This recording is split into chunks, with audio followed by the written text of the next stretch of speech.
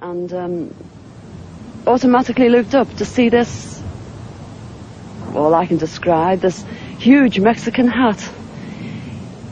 It was stationary, this thing, and it was bright silver in colour, and it had a dome.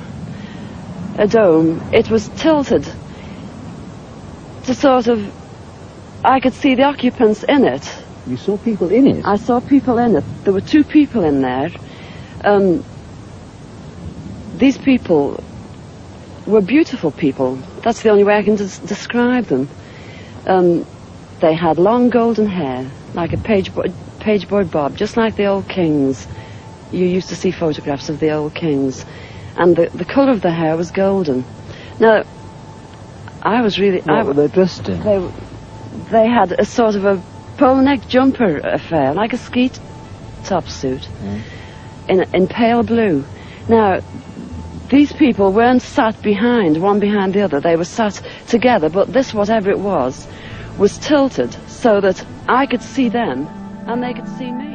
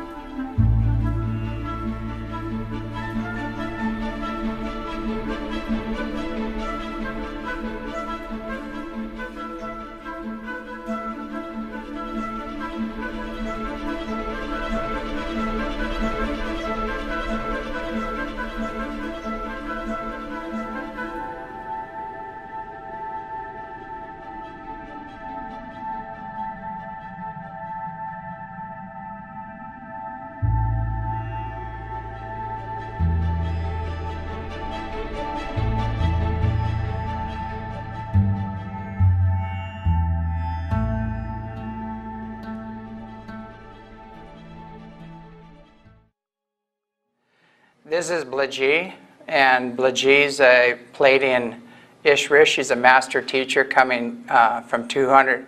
Well, she's 340 years old, and she's coming from 2 million years in our future. She's coming back to help us right now. And they're very beautiful. Their eyes are bigger, usually. They have bigger eyes. They're very, very beautiful beings, and when you meet them, you just fall in love with them, basically. It's like they're emitting so much love that...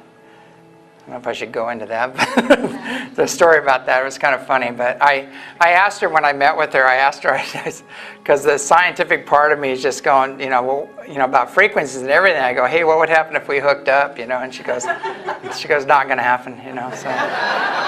And so you hear all these stories about people having these Palladian lovers and things like that, And so I went further and I asked her why. I said, I really want to understand. I said, I'm not feeling jilted or anything else. I want you to explain to me so I understand, what would happen. And she said that my belief system and my customs and things like that don't line up with theirs.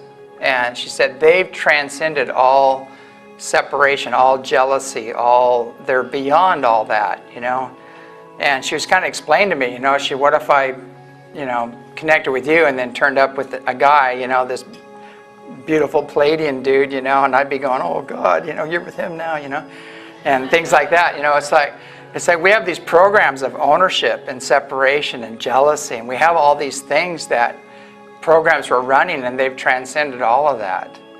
So she was telling me that, she was showing me that I had some work to do. You know, I had to transcend all of those other programs and belief systems and things like that in order to have connect with them on a stronger level.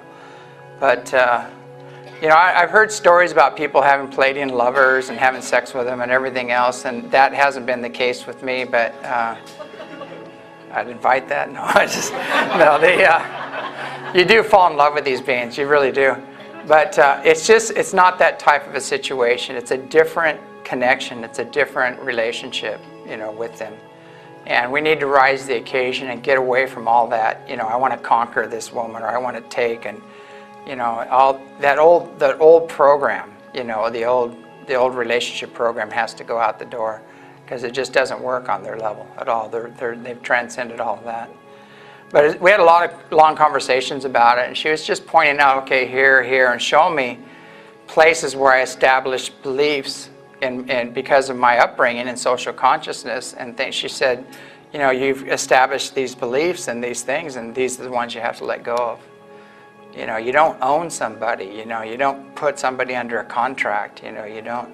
You know, love doesn't have a contract. You know, there is no contract. You're with somebody because you're supposed to be with somebody, because the universe has put you together for a certain amount of time to learn certain things, and that might be a long period, it might be a short period.